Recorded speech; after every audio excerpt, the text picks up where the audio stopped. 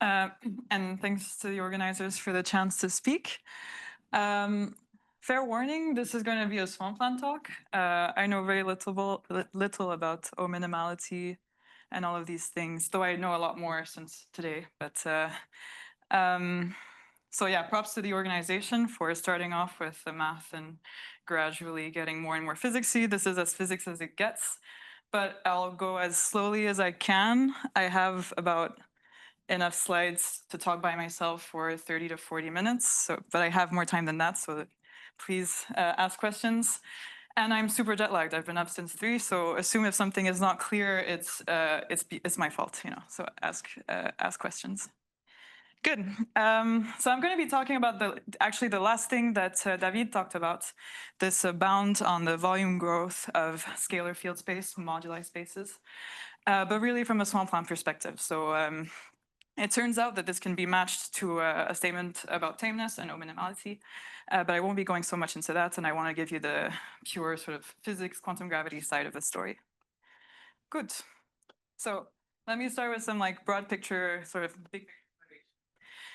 At high enough energies, the structure of space and time becomes subject to quantum effects. So close to black hole singularities, at the origin of time itself, at the Big Bang singularity, these are moments in space and time where we need a full-fledged theory of quantum gravity. But of course, we don't really know what that is. As David and Mick said before, we talk about string theory, but really when we're talking about string theory, we're talking about some low energy limit of string theory that we kind of understand. Full-fledged string theory at ultra high energies, all of our perturbative methods break down and we don't know what to do. What we do know, however, is that whatever this theory, full-fledged theory of quantum gravity is, at low energies, right, it should reproduce what we see in our universe, which is general relativity. So semi-classical Einstein gravity coupled to some quantum fields, particles that move on that background. So then you might ask, is this what happens in string theory? And of course, I mean, this is a big miracle of string theory, right? At low energies, when you take this low energy limit, this effective field theory of quantum gravity, so once you've removed all of these ultra high energy processes, you obtain exactly semi-classical Einstein gravity with quantum fields moving on top of that. Of course, in more dimensions and more supersymmetry, but let's say that's like close enough to our universe for now. But then, of course, at high enough energies, all the perturbative methods break down, the perturbative methods we use to describe string theory, and we don't know what to do. But the fascinating thing about string theory is that it happens a lot that the sort of ultra high energy behavior of one string theory, the behavior that we don't know how to, where we don't know how to do anything, can be related to the very low energy, very semi-classical Einstein gravity plus QFT behavior of some other string theory, and sometimes it's even the same string theory. These are things that we call dualities, and I'll spend a lot of this talk telling you how dualities work and how we think about dualities in the context of EFTs that come from string theory. So this is amazing, of course, because then it teaches you that all the funny effects or the difficult effects are in the middle here, sort of where you have to introduce a lot of corrections and okay, maybe I shouldn't get into too many details, but the point is the ultra high energy behavior becomes a very simple description once you've changed your set of variables, and yeah, good. Good, so there is in fact a web of dualities between all the different string theories. I'm not going to need to get into all of this at all, but I just want to point it out.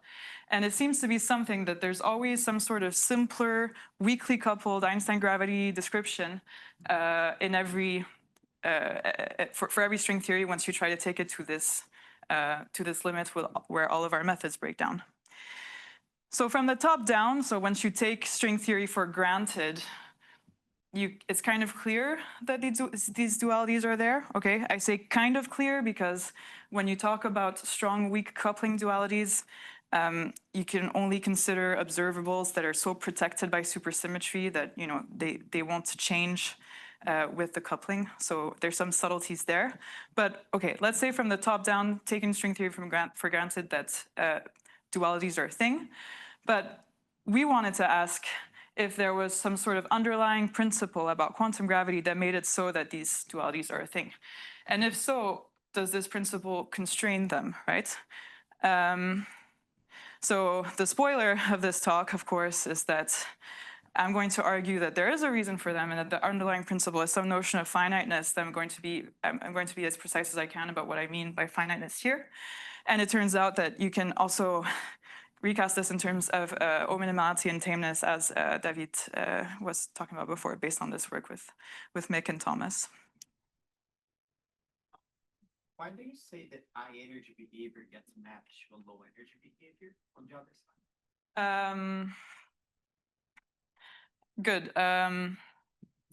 Well, so you're asking why don't I talk about strong coupling and weak coupling? Okay. Well, if you take T-duality, people sometimes call it a weak coupling duality because it's weakly coupled on both sides. But still, if you compactify on the circle and make the circle smaller than the string scale, the UV scales in that 9-dimensional theory become very light. So that's why I'm talking about high energy behavior, although GS can remain weak. That's kind of okay. So of course, all of these questions, right? Trying to figure out some sort of bottom-up or underlying principle of quantum gravity for all of these things is a swampland question. We want to figure out what are the rules that low energy EFTs that come from string theory, that come from quantum gravity, have to satisfy. Because it turns out not any low energy theory of semi-classical Einstein gravity plus QFT makes sense in string theory. It means that there are some theories that no matter what string compactification you pick, you'll never be able to get them from string theory. Okay, so all of these examples of theories that we know how to construct serve as kind of this list of examples in which we try to identify patterns, which we call rules or swampland conjectures. And then we're happiest if we can argue for these patterns from a bunch of different ways, from black hole thermodynamics, or in our case, from some finiteness principle that I'll explain afterwards. Okay, so this is kind of, it's a strong principle, and it means that the effects of this quantum gravity theory that is at ultra high energies permeate to low energies and constrain the theories that come from it. And this is the whole premise of the swampland program, is identifying all of these rules that EFTs have to satisfy at low energies. So today, we want to see what rules we can get associated to dualities. So what constrains or implements dualities from the bottom up? And does the existence of such dualities imply a new rules? And we'll find rules on, oh, it's shifted. Am I doing that? It does. Okay, it doesn't really matter, but good. So far, so good. So that's the plan for today. And first, I'm going to tell you about how dualities act on moduli spaces. And we're going to arrive at our first rule of how dualities constrain the EFTs that come from quantum gravity, which is what we're calling compactifiability, and what David before was calling this bound on the volume growth of moduli space. We call it compactifiability for reasons that are going to become clear a bit later. But just to be clear that we're talking about the exact same bound here. Then I'll talk about the spectrum. So, in physics, we have a Lagrangian that tells you about all the interactions in the theory, but you can also talk about the resonances or the states that have various masses. So the whole spectrum of these things is what I'm referring to as the spectrum. And dualities, of course, act on these things as well in ways that I'll explain. And we'll also find a sort of rule on how the spectrum transforms under the dualities. And then finally, I'll tell you about a bottom-up argument, or as bottom-up as we can get, argument for compactifiability, which will have to do with finiteness. Questions before I move on? Like I said, I have more time than I need, so if, okay. That was crystal clear then. Let's move on to how dualities act on the moduli space. This is driving me mental, so also I'll remove this. No. That's why you don't use math. Sorry, this is my bad. I'm not sure. Maybe this one? Nope.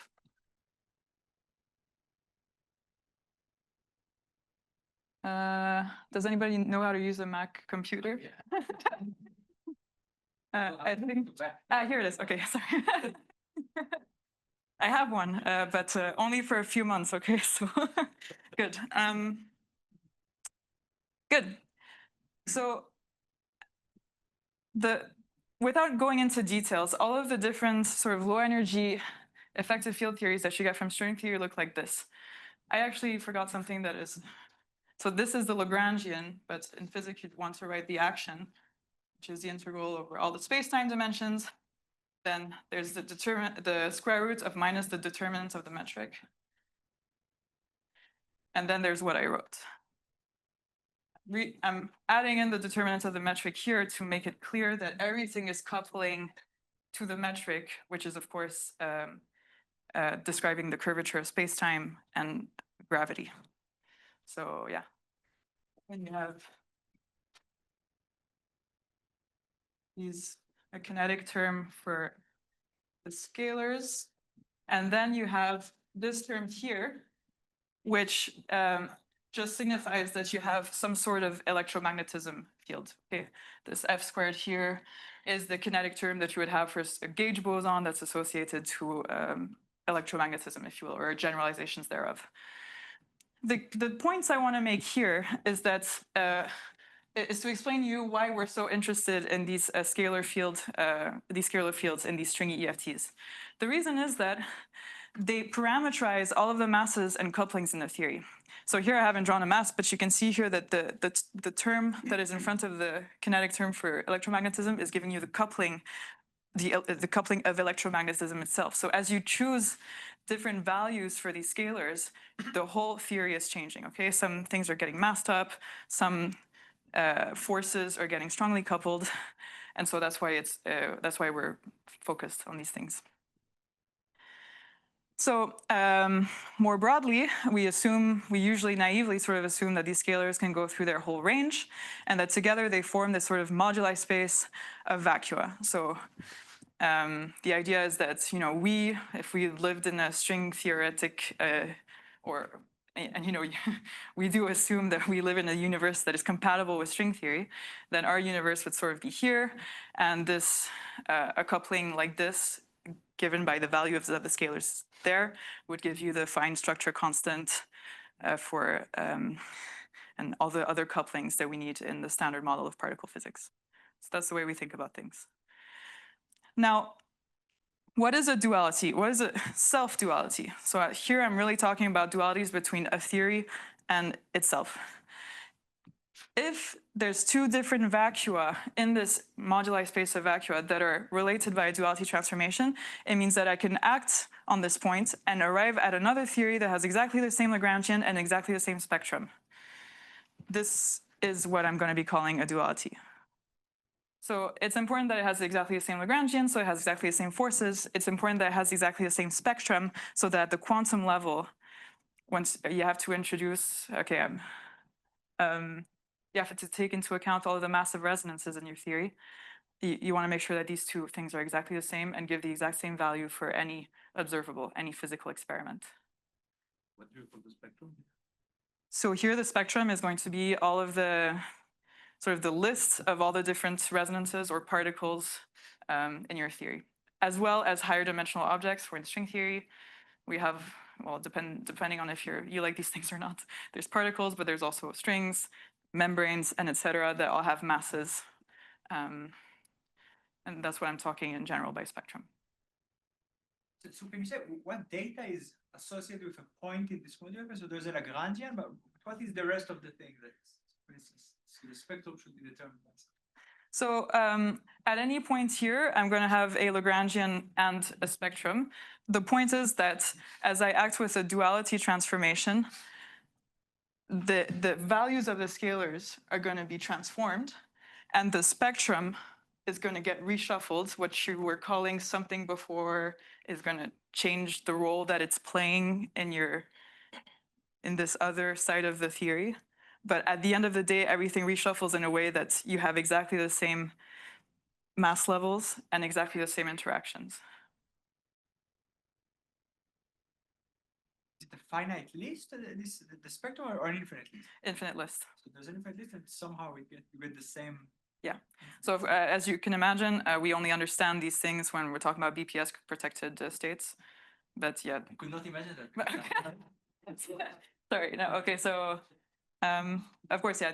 These things are very intricate and hard to track, especially when if this point is associated to a region where the theory is very strongly coupled and you have little to no idea what's going on.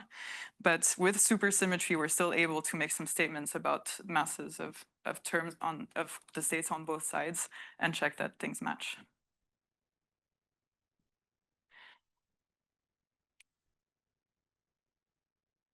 More questions? But this duality group, it has to be defined on the whole space, or you stratify the space and on some strata you have some duality group, and how does it work? I mean, it's a global group, or it's... I'm going to define it right away.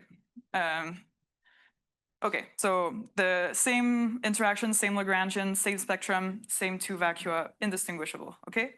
So the point is, and David made this point before, that you'd want to consider, instead of the full sort of extended moduli space of vacua, the set of inequivalent vacua. You want to sort of mod out by the action of this duality group. I want to say, okay, these points, they're exactly the same. I should just consider them to be one physical point, since the theory there is exactly the same. But what I don't understand, why is that a group? I mean, I could imagine I just have an equivalence relations. Let's say 2 points in the moduli space are equivalent. If they define the same Lagrangian and the same spectrum. But then why does it need a group structure? Well, you can think of it as so it's acting on the so okay, I'm going to get to this, but you can think of it as a gauge symmetry. It's a zero form discrete gauge symmetry which is describing exactly this redundancy in the description on the two sides. So then there's just comes out as exactly. Yeah. Maybe a related question. So suppose you have 2 points like that, and they are dual. Mm-hmm. Does it somehow follow that the points in the neighborhood, that there would be, like, if I extend out to the neighborhoods, I could also map them dually by the same tool? Because if it's a group, then I expect that there's an element taking this point to that point, and it should also take all the nearby points. Yeah, good. So yeah, this drawing is not the best way of showing it. Indeed, there's going to be like whole sort of lines would have been a better. I understand the drawing is. Yeah, exactly. But it is true that whenever you have 2 points being the same, then their neighborhoods are also somehow going to be the same. Well. What I expect, if there's a group acting, this element should glue up 2 neighborhoods together. Yes, but it's a discrete symmetry, right? So there's like localized points or localized lines in moduli space that map to other localized lines in moduli space. Wait, so the group is not acting on the whole moduli space? It could be acting on smaller dimensional strata? It's acting on the whole moduli space. Maybe it's not continuous group acting? I don't know. If the group takes your first point x to another point x, yes, then does it also take the neighborhood of this x to the neighborhood of that x? Well, yes. Then doesn't it mean that this neighborhood and that neighborhood are like also dual? Yes. So only that the line gets mapped to. Well, I just mean the line is exactly connected. But okay, so that's exactly the point I guess you're trying to make, that, okay, if I have these 2 lines, they're separate, and then I connect them, then all the points that are close to the line on each side are going to become closer and part of the same.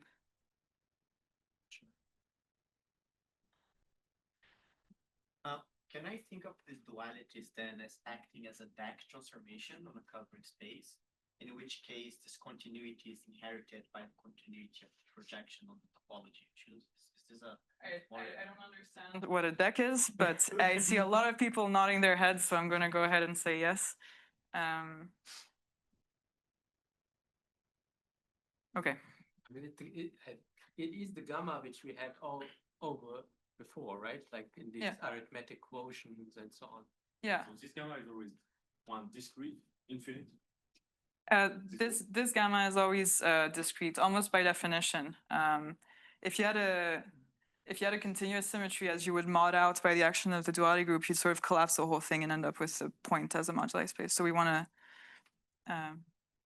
we don't want that. But think earlier I probably erased it. I was planning on not erasing it, but yeah. David and Mick had like these types of situations going where I can't remember what you called this. H. So here I'm talking about quotienting the moduli space by this Okay, action. but at your blue shape, you not add M mod H. Your blue shape is something inside M mod H. That's what's going on? I guess it's like the image of the other. It's a Blue shape would be M mod H. What? So the blue shape would be M mod H. This one would be a mod H, not this thing. This thing would be a covering space.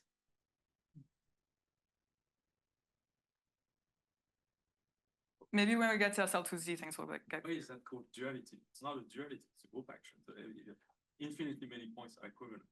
Why is that? For me, duality is that you come back to the same point if you apply 2 times. I mean, it need not be like idempotent or nilpotent or anything. Okay, so duality is really the group action. Yeah. Just to be sure. It's Okay. it's just a word. It's just a word. we use. Yeah, It's not- transformations that are. It's not the duality of. The original dualities were like that, where it's just Z2. But just as It's usually pairs of sectors of series. Here- Pairs the. There'll be parts of the duality group that are torsional and others that are free, actually. But did you mean to say it leaves the Lagrangian invariant? That would be just a global symmetry. Well, the whole point is you want to think of dualities as a redundancy in the description. So, well, here we're talking about self-dualities between one theory and the same one. So it's like type 2B self-duality, kind of. Sorry. What about different Lagrangians that describe the same theory? Like 11-dimensional supergravity, you have a duality between a 3 form and a 6 form. That would give a different Lagrangian, right? If you rewrote it in terms of the 6 form and 11-dimension and gravity. So That's you a just mean duality. electromagnetic duality in that case? You just mean electromagnetic duality in that case? Yeah, yeah. Um, Is that just a different thing? I mean, isn't that Well, let's put it this way, in E11, there's a deep claim about moduli spaces, and it's directly related to this 3-6 duality. I think it's just different Lagrangians is the distinction. right? But then, yeah, I'm not exactly sure how to answer that question. I wouldn't say that electromagnetic duality would be, well, it is in a sense. Well, it's not like we're shifting B2 to B6 in SL2Z, you can shift. Different for a 6 form. The whole Hilbert space will be different, but it's the same theory, right? It has to be the same theory, but everything's going to look different. And it is a duality. And it does directly relates to the moduli space. They both have the same moduli space in all dimensions when you compactify. So, yeah. Maybe we can Yeah. discuss afterwards. Good. So the point I was trying to make here is that once I quotient out the action of the duality group, I end up with closed loops, one closed loop for each action of the group. Okay. So then I can write more generally, and I've actually already explained all of this through all the questions, so this is perfect. Dualities are spontaneously broken discrete zero form gauge symmetries. So spontaneously broken, kind of by definition, okay? We talk about spontaneously broken symmetry when the vacuum breaks it. As soon as you pick one vacuum, one point, the symmetry is broken. But it doesn't really matter for what I'm going to say in the rest of the talk. Discrete, again, because if you had a continuous symmetry, you'd be, and quotiented out by the action of this continuous symmetry, you'd just be collapsing the whole moduli space to a point. So there would be nothing to talk about. Zero form, well, you can sort of see it this way, is every time you can associate to this, you can construct a non-trivial background for a duality just by putting a loop on a circle. You don't need to worry about this, I guess, if you're familiar, if you just think about zero form symmetries in general, but in small plan, since we tend to talk a lot about higher form symmetries, I just want to make that crystal clear. Gauge symmetry, again, because it's a redundancy in the description. So yeah, the two theories on both sides are exactly the same. So that's the definition of what a gauge symmetry is. So here I'm taking the discrete part of all of the zero form gauge symmetries in the theory. And that's our working definitions of gamma. Are there higher form versions of duality? No. Which also Well, change maybe line operator? so these things are actually going to exchange, they're going to shift the spectrum around. So they're going to have an effect. But at the level of how they operate on the action, they operate only on the, well, okay, that's not true, but you can make non-trivial Wilson lines for the scalars for the gauge symmetry, and that's why we think of it as a zero form gauge symmetry. But at the end of the day, it's going to have an effect on all of the higher form gauge fields in the theory and swap things around. A lot of lingo. Let's get back to an explicit example. We have 10-dimensional type 2B string theory, which you don't need to know the details of. All you need to know is that in the low energy EFT, in this 10-dimensional EFT, you have this complex scalar called the axiodilaton. So normally this complex scalar, you think, okay, it just lives on the whole upper half plane. At tau goes to 0, you have e to the minus phi that goes to plus infinity, which means that you're in the strong coupling limit of string theory because GS, the coupling of the string, is given by e to the phi. And in the infinite, in the I infinity limits, you have this weakly coupled limit where you can use semi-classical Einstein gravity in QFT.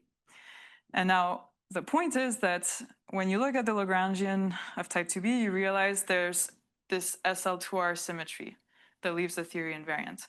Once you take into account the fact that there's d instantons in the theory, you realize it's actually not SL2R, but the discrete subgroup, SL2Z, that leaves not only the Lagrangian, but the spectrum invariant as well. And so what you see is that, for instance, if you take just this S element of the full SL2Z group, you're relating this infinitely strongly coupled point to the infinitely weakly coupled one. And these are exactly the same things. This is like the acclaimed self-duality of type 2B string theory. So that was just considering one of the elements of SL2Z.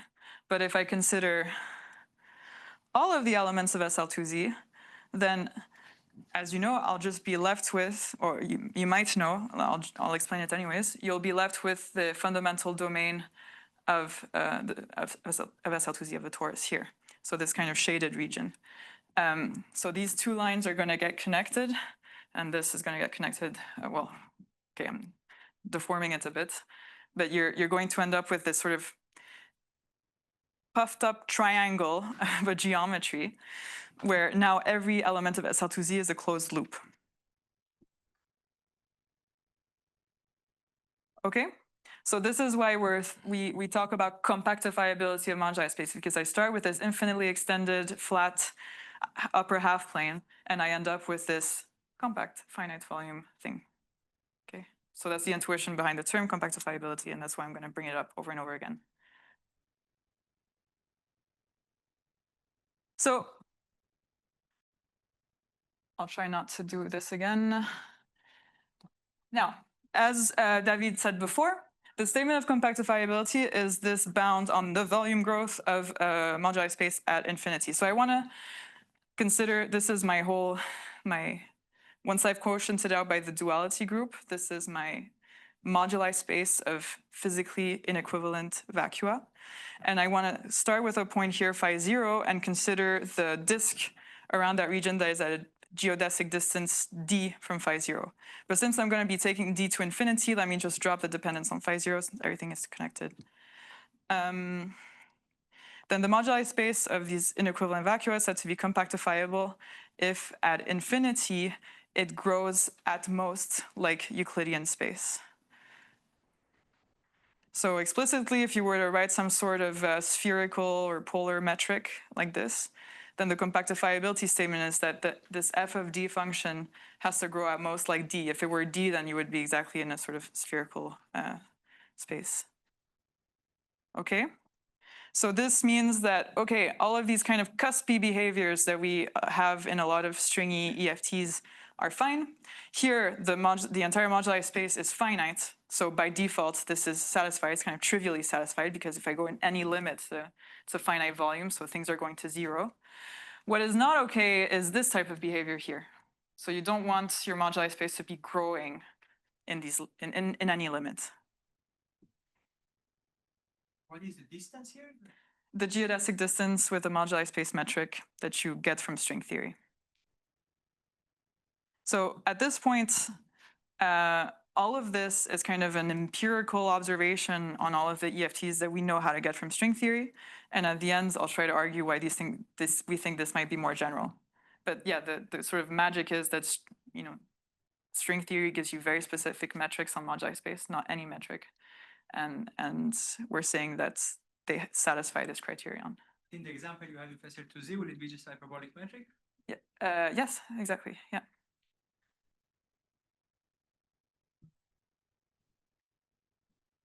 Good. So let me give you the two sort of limiting examples.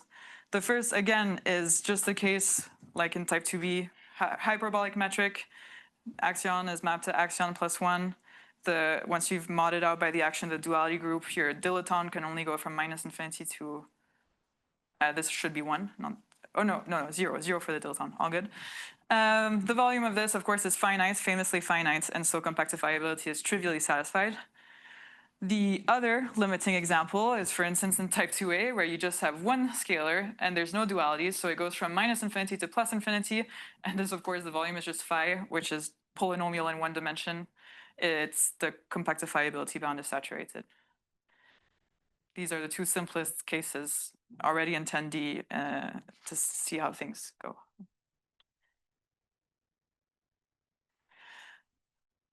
Let's go to slightly more involved examples. So we can take from our big bag of EFTs that we know how to get from string theory, those that come from Calabi-Yau compactifications of type 2 string theories. All you need to know about this, and we're considering, again, vector multiplet moduli space. So we consider them because they're higher dimensional moduli spaces. There's a lot of different Calabi-Yau manifolds and different duality groups associated to each of these compactifications. So then we can try to look at more exotic things. What happens there is that the duality group, so historically people in this context call it the monodromy group, acts on the vector multiplet moduli that are encoded in this period vector here that we've talked about already a lot today. The duality groups as like a matrix multiplication, and there's one matrix for each element of the duality group. Then, for instance, just for the 14 Calabi-Yau manifolds with one complex scalar, not all of their, so it's not obvious even just how to write their monodromy groups in closed form in terms of these like free products like you see here, or amalgamated free products. So the way you should, so these are 7 of them for which we know the duality group, and you should think of it as follows. These are complex one-dimensional moduli spaces, so and you can show that these things are spheres with 3 punctures, but since it's a sphere, you can just dictate what happens around 2 of the punctures and recover what happens in the 3rd one. So there's always a z that corresponds to a large complex structure limit, and then the other 2 points can be conifold singularities or Landau-Ginzburg points. Conifold singularities are infinite monodromy, so these would be the other z, well, or can be the other z, not always. Landau-Ginzburg points are finite order monodromies, so these will be like torsion parts of the duality group. So what I want to show you here is that there's a lot of variety as soon as you start compactifying, even on these Calabi-Yau manifolds that still preserve a lot of the structure. So we learned that unlike in SL2Z, the duality group need not be generated by finite order elements, because here, see, it's generated by 2 infinite order elements. And that the elements that generate it don't have to be associated to finite distance fixed points. In SL2Z, your generators are associated to tau equals I and tau equals e to the I pi over 3. But there are cases here where there's 2 large complex structure limits giving you the 2 free factors, which yeah. I'm trying to sketch here that we didn't look at just 10-dimensional type 2A and 10-dimensional type 2B. We looked at more examples. Yes? Can I ask about the previous slide? Yeah. Just out of interest, is there some reason why for the other 7 Calabi-Yaus it's not known what the monodromy group is? Is there some reason it's more difficult, or have people just not done the compilation? I think it's just not clear how to write it as simply as a free product. So these free products are just like all the words that you can write out of these two matrices. But the generators are known, it's just that they don't know how to. Exactly. From what I understand, that's the case. Yeah.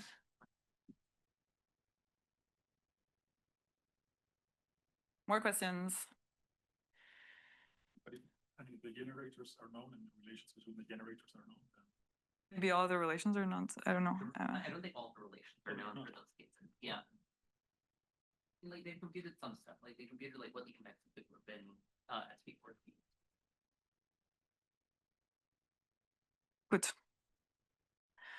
So let's get back to compactifiability. It turns out that in the large complex structure or large volume limits, you can write it in this hyperbolic form. And so you see that compactifiability is fine because this circle that's given by the axion is pinching off. And in fact, more generally, the mathematicians have proven that, that these moduli spaces are finite volume anyways. So you would have known from these theorems that compactifiability is trivially satisfied, even though we only know how to write the metric in at certain points in moduli space. Good. So once you buy this, okay, you can use it, and you can, you can use it to argue for cases where if you violate the compactifiability criterion, then it might be that you're missing some part of your duality group. So let me take you to this kind of stupid example where I'm just cooking up whatever I want. Imagine if I had type 2b, but instead of having the full SL2Z as a duality symmetry, I only had the subgroup that is generated by these elements T. Then what would happen is that I would match the axion to its shifted axion, so I'd still have this sort of shift symmetry, but the dilaton now can go all the way down to strong coupling, so I wouldn't be capped off by this semicircle at the bottom of the upper half plane. So clearly in the strongly coupled limits, this blows up exponentially, and that's bad. So the point is that you have to include the S element in order to remove that part of moduli space that violates compactifiability. Of course, it seems this example is completely cooked up, but if I had a true example in string theory that violated compactifiability, I probably wouldn't be here trying to argue for compactifiability. So we don't have more interesting examples, but this is the way we're thinking about it. Okay. That doesn't say that once you add the S, there might not be further pegs. Sure. So the idea would be that every time you think you have some theory, because in the swampland program, at the end of the day, you can cook up what kind of ridiculous theory you want. So you have to have good reasons to think that this theory should actually be completely compatible with quantum gravity, so as to say, okay, I have to conjure up new dualities and remove these parts of moduli space. So for instance, if we had a bunch of scalars in our universe and that we read off from the metric on moduli space that compactifiability was violated, well, okay, let's not go into the crazy Gedanken experiment for now, but the idea is if you're sure that your theory comes from, is compatible with quantum gravity and violates compactifiability, then you would want to add in new elements of the duality group. It must be that somehow you're missing some elements of the duality group. That's the way we're thinking about it. Good. So I told you what compactifiability is. Why? Okay, yeah, this was the old drawing of SL2Z, which is not correct. And now I'm going to tell you what it has to do with the spectrum and how things get reshuffled. And then finally, I'll tell you what we think is underlying everything, which is finiteness. And I'll be very explicit about what I mean by that. Okay, questions before I move on this compactifiability of the moduli space part? Is it easy to combine examples where the volume of moduli space is infinite? Well, as soon as you start with, you take type 2A on circle, type 2A on Klein bottle, all of these things have Euclidean moduli spaces. Yeah.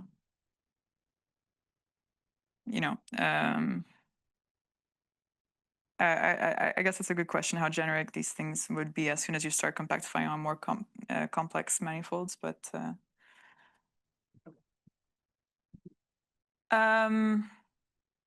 good. So it turns out that you can equally well talk about the duality group and the elements of the duality group themselves, or talk about codimension 2 duality vortices in space-time. So these duality vortices in 4D, they would be strings, okay? In 10 dimensions, they're 8-dimensional, so in 4 dimensions, they're 2-dimensional objects, which are strings that also propagate in time, right? And in 10 dimensions, they're 8-dimensional objects. And so that these duality vortices exist, you can infer from other Swampland conjectures, namely there are no global symmetries conjecture, or also magnetic completeness under the duality group gauge symmetry. Since I haven't gone into too much detail about what these conjectures are, it might not be worth it to go into details, but since there's zero form symmetries, I can construct a background in spacetime where I put a non-trivial Wilson line associated to each element of the duality group along this circle. And this generates a D-2 form non-invertible global symmetry, which you must then break by introducing these dynamical duality vortices. So these things should be there and exist in all of the cases that we've checked. And so the point is that you can equally well think about the action of the duality group itself, or just as moving around a duality vortex in spacetime. It's exactly the same thing. But what's interesting is that in some cases, in string theory, we like to look at all of these extended objects that we have, and in some cases, the duality vortices are sort of mysterious objects that people don't talk about so much. So as you go around this duality vortex, what happens? So as you implement an action of the duality group, the scalars transform, which is the whole point underneath compactifiability. But all of the other duality vortices, since they represent elements of the group itself, are going to transform in an adjoint representation, which is the group acting on itself. But that's not all, of course. The duality group also reshuffles all of the higher form gauge fields. So these are electromagnetism, fields associated to electromagnetism, or higher dimensional generalizations of electromagnetism. So all of these fields are going to be shifted, and all of the objects that are charged under them are also going to get shuffled around. And what we find is that all of these objects are shuffled around in a specific way, which is in an irreducible, or a sum of irreducible, so semi-simple representation of a duality group.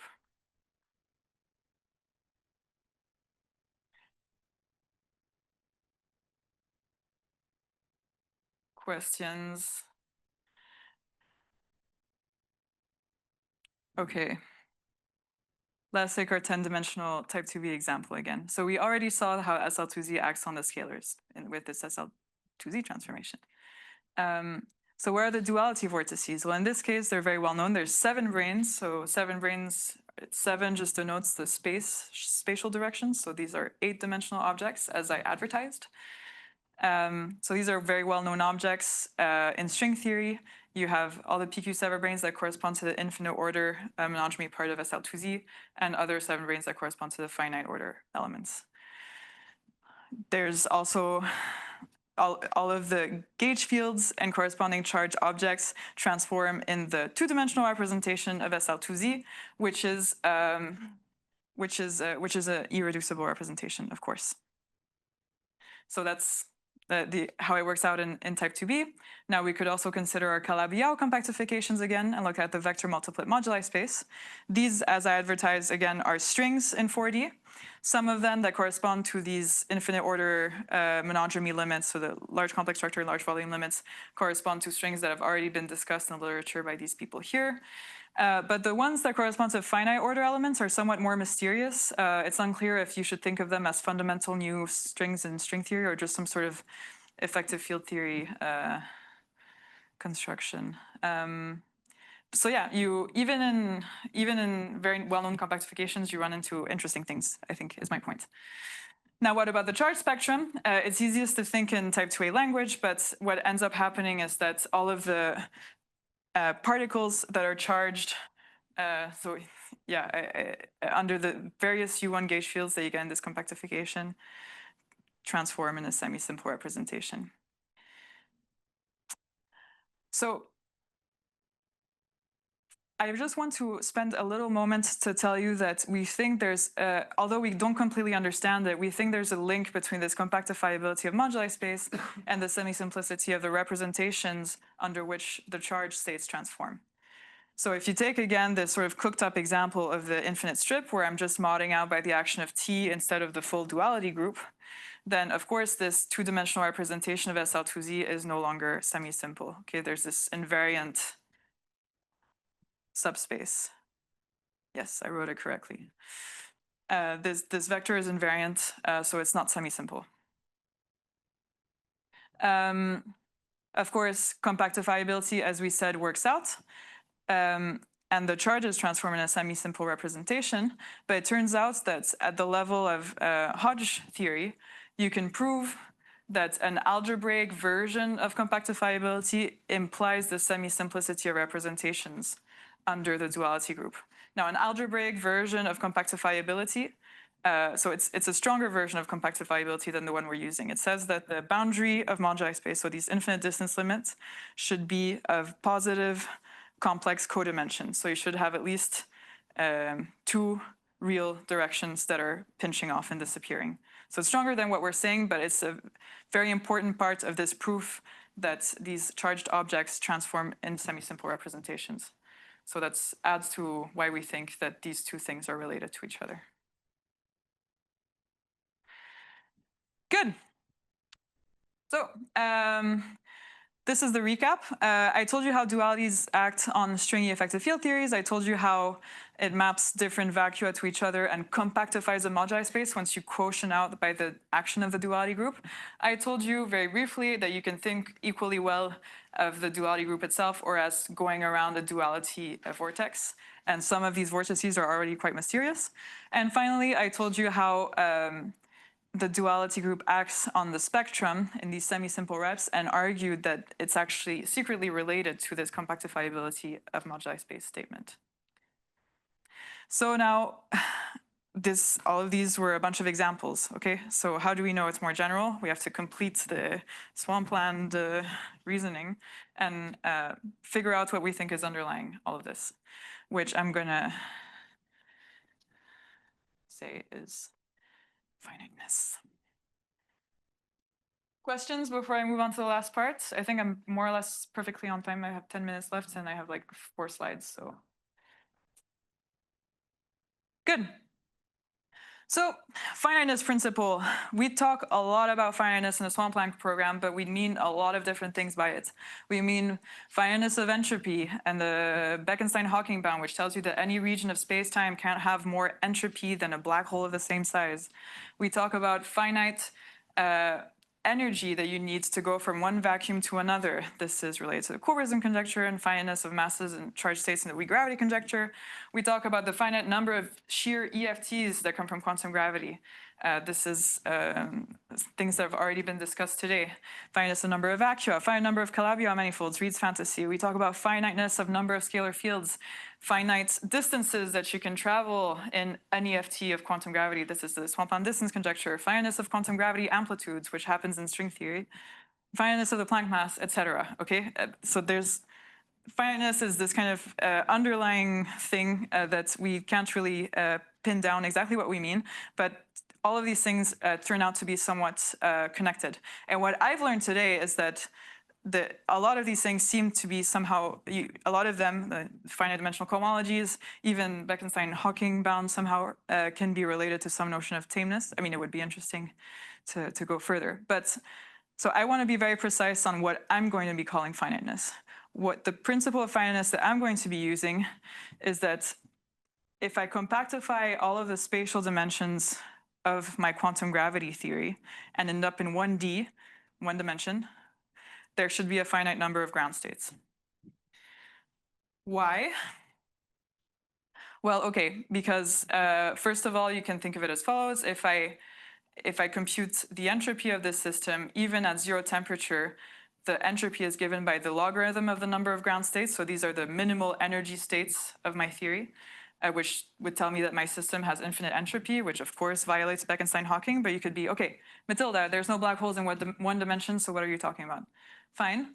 You could also say that it goes against the baby universe hypothesis, which I didn't go into so much, but if you take the cobordism conjecture seriously, which means that you take the no global symmetries conjecture seriously, all of these conjectures are of course related. So I'm not just throwing a bunch of words at you, but the idea is that you should be able to go from any theory of quantum gravity to another with finite energy. Okay, and that means that at the end of the day, in your full quantum gravity theory only has one vacuum, since you can go from any of them with finite energy. Finally, okay, if just kind of at the baseline level, if you had a theory that had an infinite number of ground states, okay, it would mean that in order to tunnel into any other of these degenerate ground states, you would need infinite energy, right? Or equivalently, the amplitude to go into any other ground state would be 0. So these are all signaling sort of divergences in your physical theory that we're arguing should not be there. So if you're careful, I've said the same thing 3 times.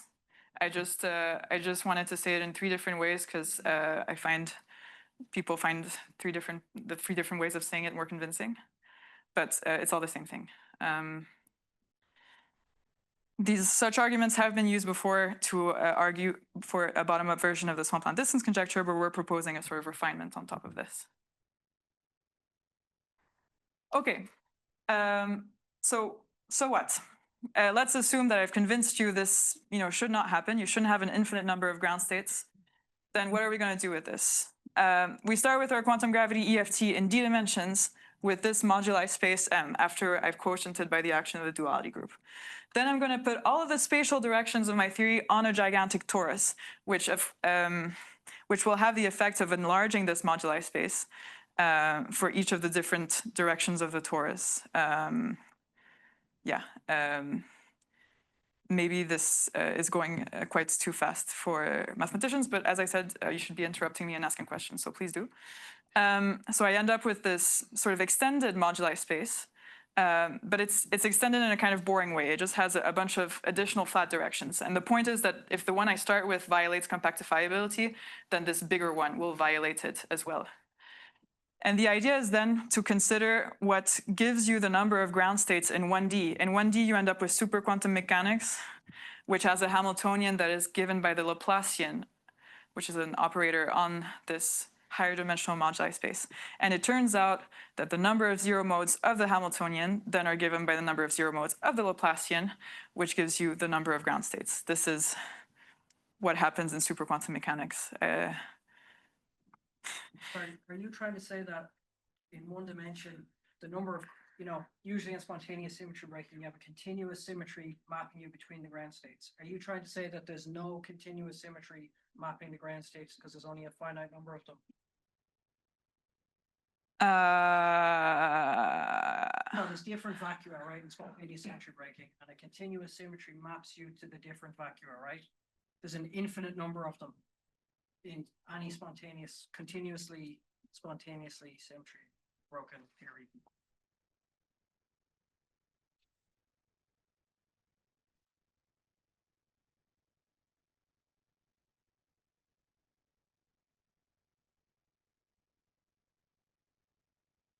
So first of all, we haven't compactified to 1D in that case. I guess we're talking about, electroweak symmetry breaking, and so the Higgs potential and all of that. Yeah. Wait, are you in 0 plus 1 or 1 plus 1? 1, 0 plus 1. 0 plus 1. It's 0 plus 1. Yeah, time is left, right? Only time. Yeah. Either way, there could be no continuous symmetry breaking for Coleman, whatever. Yeah, it's too low. Coleman. It's too low. Yeah. Yeah. Okay. Mermaid back here. Okay. But so I just want to know, you are talking about something to do with spontaneous symmetry breaking here, right? It would be similar idea, no? Not really, no. I'm not trying to break any kind of symmetry here. In fact, I mean, I'm wrapping all the dimensions on the torus, so there's literally no potential you get from that. So I think it's different. I don't think you're even starting with the symmetry to start with. Exactly, right? yeah, I mean, just yeah. there's some moduli space vacua. The and you have to solve the Laplacian on that, and the discounting number of zero modes. Yeah. So I don't think there's a symmetry at all that you have to start with. You can, but she doesn't have Yeah. to in any. Okay. Thanks.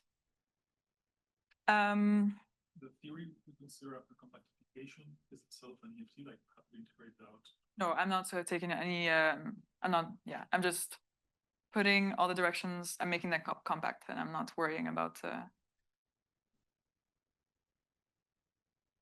Even if you did the Hilbert space for ground states would be the same. Yeah, Yeah. the ground states. So the point is that since the metric, if the metric on moduli space I started with violated compactifiability, then the metric on this larger one does, then it turns out that if the metric, these metrics violate compactifiability, you can show that there is an infinite number of zero modes for this Laplacian. So that means that violating compactifiability would violate this notion of finiteness that I've been talking about. In fact, you can make this extremely. Oh, I forgot to put a reference. Sorry. Wait, so how do you show that? You just say that if you have some solution, you can translate the solution. If it's not compact, if it's not compactifiable, then you can just translate the solution if you have a solution. Is that the argument, or what is the argument? Okay, so the argument is I start in some d-dimensional thing with a metric that violates compactifiability. I put all the spatial dimensions on a torus, so I end up with all these extra dimensions, but there's still that part of the metric that violates compactifiability in that limit. And then this theory is now one-dimensional superquantum mechanics, and I can just look at the Laplacian on this extended moduli space. So the torus directions actually don't matter so much. But if I look at the ground states of that, or the zero modes of this Laplace operator, I get an infinite number if I violate compactifiability. If you have one solution, you can make many by just moving them around. Is that? I mean, I'm just Sorry. wondering, what is the argument that there are an infinite number of solutions?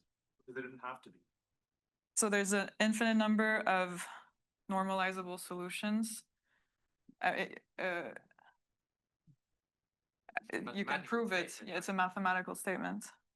Like you look at the. Yeah. Sorry. I'll follow up. Yeah. The statement about the cohomology of the harmonic space of harmonic forms. Yeah. Indeed. And you can prove explicitly that if your metric, it's in like one-to-one correspondence with compactifiability. So if your metric grows faster than Euclidean, you have directly an infinite number of normalizable zero modes. And so you violate this notion of finiteness. So even if one doesn't care about quantum mechanics or all of this seems to be just a mathematical thing which one probably can prove or has been proved to a large extent, right? So you mean that I don't need to talk about this in terms of some ground states of some superquantum mechanics? Yeah, exactly. You can just say, if I give you a space which satisfies this volume growth condition, and you compute its cohomology groups, they will only be finite if this condition is satisfied. So it's kind of a dimension. The dimension of the Laplace operator is related to yes. growth.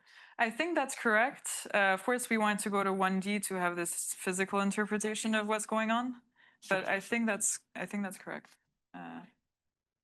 Just assuming that I buy the physical argument, it should be a purely mathematical statement between zero modes of Laplace operators and the compactifiability. And compactifiability, right? I think so. Yeah. Sorry, can I just follow up on a stupid question? If I saw the Laplacian on the line, there's only one zero momentum mode. There are not infinitely many. So right. So we're looking at one form. We're not looking at. So it's superquantum mechanics. So you have not only the scalar, but you have one forms, and we're looking at the one. We're looking at the zero modes for the one. It's zero modes for the one form. Yeah, that's an important. Yeah, sorry, I was being very sketchy, but you're completely correct. Yeah.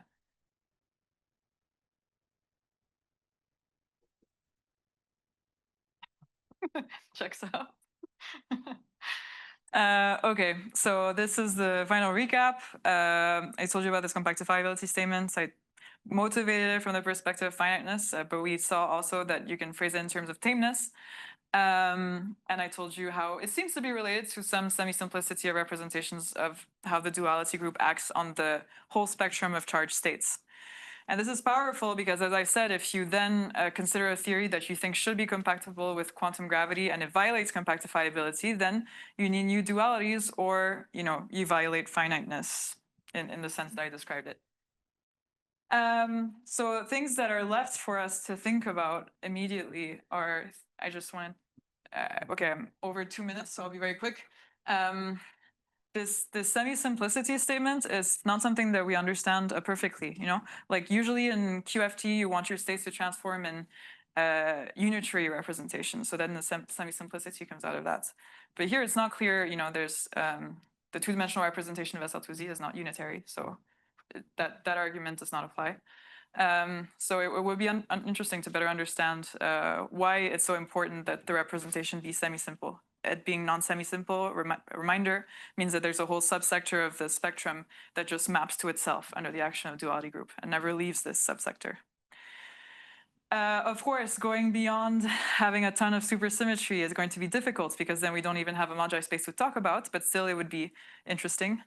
So that was actually more of the third point. And the second point would be to talk about dualities between different string theories instead of dualities of one string theory with itself. But then it's difficult because everything gets reshuffled and you are really not dealing with the same theory on both sides. So thanks for listening. I hope that was bearable.